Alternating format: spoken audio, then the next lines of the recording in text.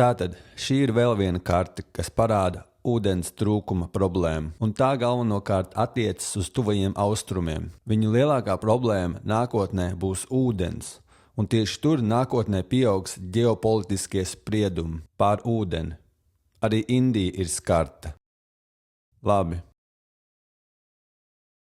Aplūkosim šo karti, draugi. Šeit ir Urmijas ezers, Ziemeļ-Irānā. Tas kādreiz bija 6. lielākais sālsūdens ezers pasaulē. Šeit ir, kā tas izskatījās 1984. gadā. Šeit ir seklā daļa, šeit dziļā. Jūs redzat, tas ir patiešām liels, vai ne? 20 gadus vēlāk, draugi.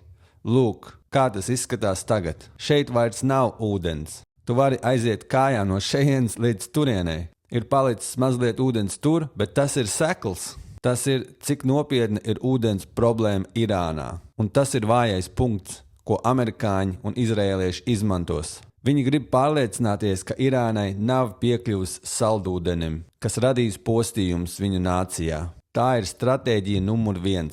Stratēģija numur 2 ir šāda. Šī ir karte ar dažādām etniskām minoritātēm Irānā. Kā redzat, tā ir ļoti daudzveidīga valsts. Centrā ir persieši, bet ir arī vēl 10 citas grupas. Robeža apgabalos tā faktiski ir cita valsts, vai ne?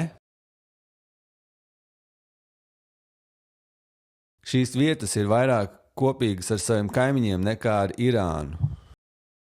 Tātad, otrais Irānas vājums. Pirmais – ūdens, otrais ir valsts etniskais sastāvs.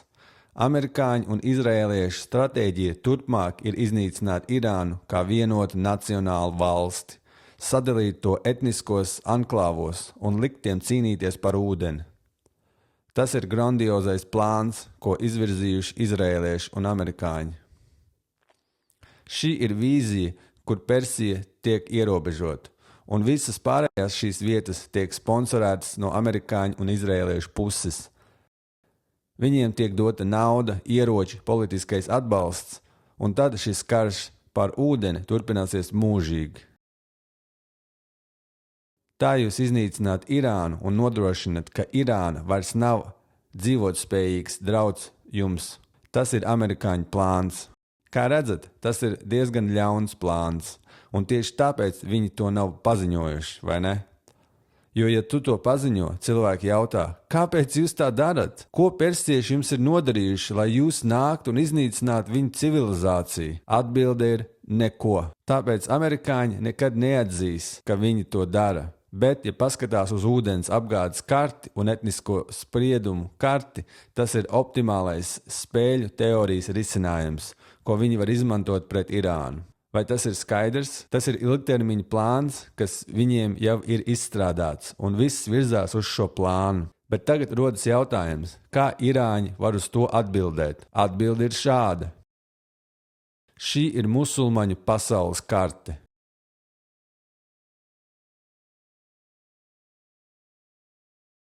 Gaiši zaļā krāsā ir sunīti. Tas ir aptuveni 90% visu musulmaņu. Ap 2 miljardi cilvēku. Tumši zaļā krāsa ir šīti. Kā redzat, galvenā šītu vieta ir Irāna. Irāna ir viena no retajām šītu valstīm pasaulē, bet no šīs kartes redzams arī tas, ka šīti ir izplatīti pa visu pasauli. Tāpēc pirmais, ko irāņi vēlas izdarīt, ir radīt džihādu, lai apvienotu visus šītus pret Amerikas impēriju. Viņi vēlas radīt sacelšanos, un tas jau notiek, draugi. Šīti Pakistānā iebruka Amerikas vēstniecībā Pakistānā, un amerikāņi nogalināja daudz cilvēku. Šīti ir uzbrukuši Amerikas vēstniecībai Irākā. Amerikas vēstniecībām tiek uzbrukts daudzās vietās. Tātad pirmā stratēģija ir radīt starptautisku globālu šītu džihādu pret Amerikas impēriju, un tas jau notiek. Tas turpināsies ļoti, ļoti ilgi, jo amerikāņi ir nogalinājuši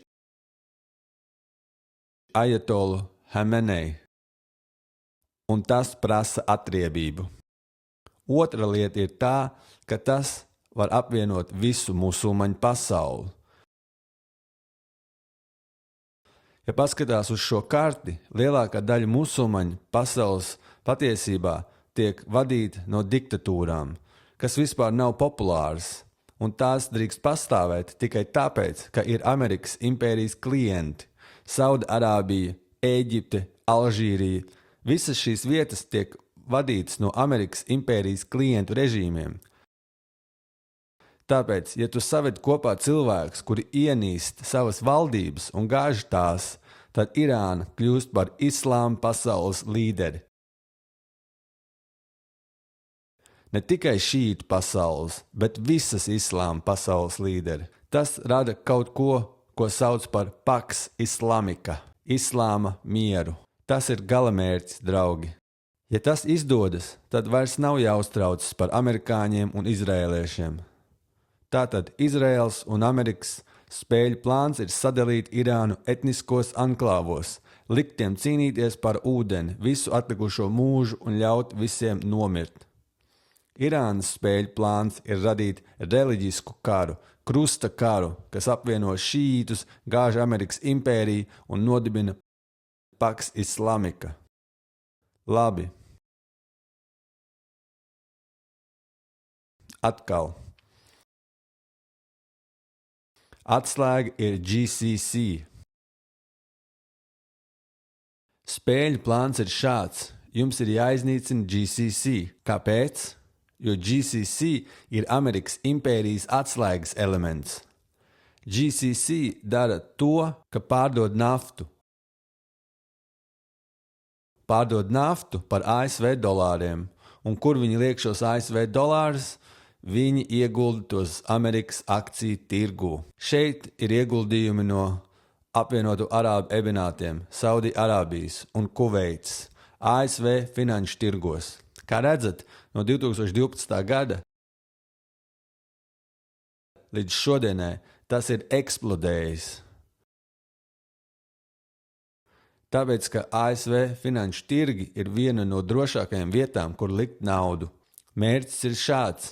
Ja es pārtraucu naftas plūsmu un šīm valstīm vairs nav piekļuvis ASV dolāriem, viņi ir spiesti tērēt savus resursus pašaizsardzībai. Un kas tad notiek? Akciju tirgus sabrūk. Akciju tirgus ir īstais ASV ekonomikas izaugsmes dzinējs. Visa ASV ekonomika sabrūk līdzi. Amerikā ir aptuveni 7 kompānijas, kas veido ap ceturtdaļu no akciju tirgus izaugsmes. Šīs 7 kompānijas, protams, ir AI kompānijas. Nvidia, Microsoft, Google, Apple, un tieši šajās kompānijās GCC valstis ir smagi ieguldījušās. Ja šīs valstis vairs nespēs ieguldīt akciju tirgu, šo kompāniju vērtības sabruks. Un tas novedīs pie ekonomiskās depresijas Amerikā. Tas ir loģiski. Tātad, tas ir šodienas stāvoklis. Šodien bija tikai pārskats, draugi. Es zinu, ka mēs aptvērām ļoti daudz, es zinu, ka ir daudz ko pārdomāt, bet nākamajās nedēļās mēs katru jautājumu izpētīsim dziļi un patiešām sapratīsim, kas īsti notiek.